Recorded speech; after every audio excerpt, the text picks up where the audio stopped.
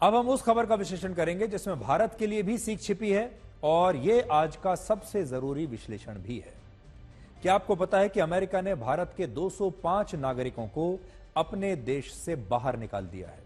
ये वो भारतीय नागरिक हैं जो घुसपैठ के रास्ते से अमेरिका में अवैध रूप से दाखिल हुए थे, यानी अमेरिका में अवैध रूप से रह रहे थे। अमेरिका के immigration and customs enforcement department ने ऐसे 205 भारतीयों को चिन्हित किया और आज ही उन्हें भारत वापस डिपोर्ट कर दिया।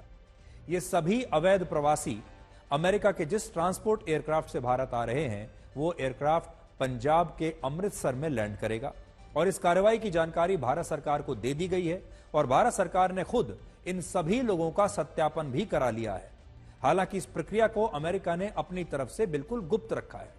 उसने ना तो इन भारतीयों के नाम बताए हैं और ना ही इन लोगों को डिपोर्ट करने की कोई तस्वीरें उन्होंने अभी तक जारी की हैं।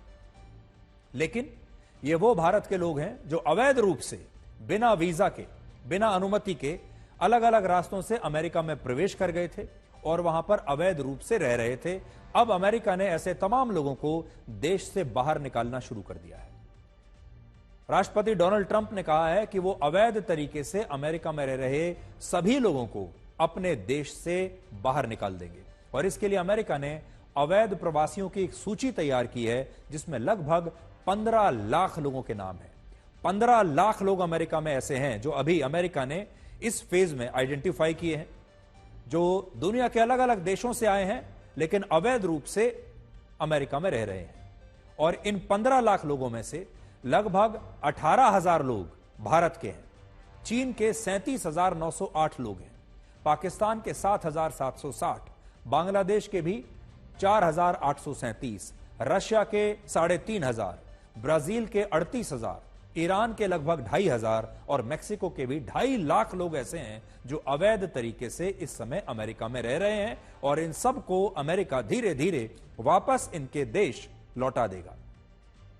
राष्ट्रपति ट्रंप ने यह ऐलान किया है कि वो एक एक करके इन सभी 15 लाख लोगों को अमेरिका से बाहर निकालेंगे और इनमें ये 18,000 भारत के लोग भी हैं। कुछ लोग कह रहे हैं कि राष्ट्रपति ट्रंप ने सबसे पहले जिन देशों के अवैध प्रवासियों को डिपोर्ट किया उनमें भारत के लोग तो हैं ही, ग्वाटेमाला के लोग हैं, पेरू के लोग हैं, मतलब जो छोटे छोटे जो देश हैं उनके लोगों को अमेरिका ने सबसे पहले डिपोर्ट किया है और इन्हीं देशों के साथ भारत के लोगों को भी डिपोर्ट किया है। और इससे यह पता चलता है कि अमेरिका भारत के खिलाफ काम कर रहा है, लेकिन सच्चाई यह है कि यह दावा पूरी तरह से सही नहीं है। भारत की तरह अमेरिका चीन के अवैध प्रवासियों को भी डिपोर्ट कर रहा है और पिछले कुछ महीनों में अमेरिका ने 5 विमानों से चीन के लगभग 1,000 से ज्यादा लोगों को वापस चीन भेज दिया है। बड़ी बात यह है कि अमेरिका ने अब तक अवैध प्रवासियों की सिर्फ एक सूची तैयार की है जिसमें लगभग 15 लाख लोग हैं।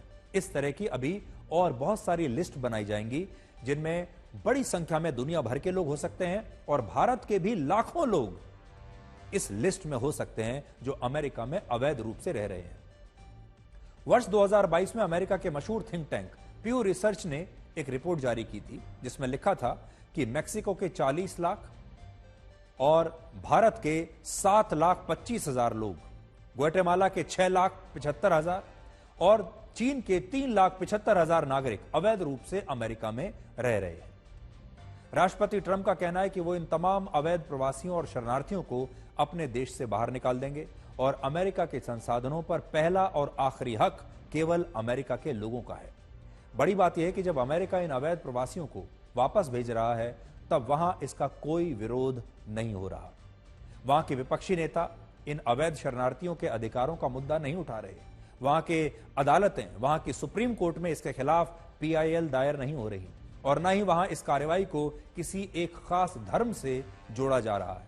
जिन लोगों को डिपोर्ट किया गया उनमें अश्वेत और इस्लाम धर्म के लोग भी ज्यादा हैं, लेकिन इसके बावजूद वहां कोई राजनीति नहीं हो रही। आज बड़ा सवाल यह है कि जब दुनिया के सबसे पुराने लोकतांत्रिक देश अमेरिका में ऐसा हो सकता है तो दुनिया के सबसे बड़े लोकतांत्रिक देश भारत में ऐसा क्यों नहीं हो सकता। वर्ष 2021 में जम्मू कश्मीर की पुलिस ने ऐसे 150 रोहिंग्या मुसलमानों को गिरफ्तार किया था जो घुसपैठ करके यहां आए थे और जम्मू कश्मीर में अवैध तरीके से रह रहे थे। जब भारत ने इन मुसलमानों को वापस म्यांमार भेजने की प्रक्रिया शुरू की तो ये सभी घुसपैठिए एक एनजीओ की मदद से सुप्रीम कोर्ट चले गए और सुप्रीम कोर्ट से कहा कि उन्हें इसी देश में रहने की अनुमति मिलनी चाहिए। और हमारे ही देश के कुछ विपक्षी नेता भी इन घुसपैठियों के समर्थन में आ गए और आज भी हमारा देश इन घुसपैठियों को उनके देश भेज नहीं पाया। और यह सिर्फ एक मामला नहीं है, ऐसे मामलों की सूची बहुत लंबी है जिनमें घुसपैठ करके भारत में आए लोगों को हमारा देश कभी वापस भेज ही नहीं पाता। कभी इस पर संसद में बहस होती है, कभी ये मामले अदालतों में चले जाते हैं, कभी विपक्षी दल इन लोगों की रक्षा करने लगते हैं और इससे पूरे मामले को वो धार्मिक बना देते हैं। कहा जाता है कि घुसपैठ करने वाले मुसलमान नहीं होते तो सरकार इन्हें डिपोर्ट करने की योजना नहीं बनाती।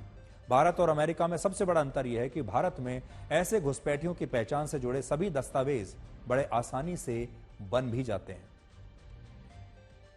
जो ये घुसपैठी आते हैं इनके पास आधार कार्ड भी बन जाता है, जन्म प्रमाण पत्र भी बन जाता है, वोटर आईडी कार्ड भी बन जाता है और कई बार तो ये लोग पासपोर्ट भी बना लेते हैं।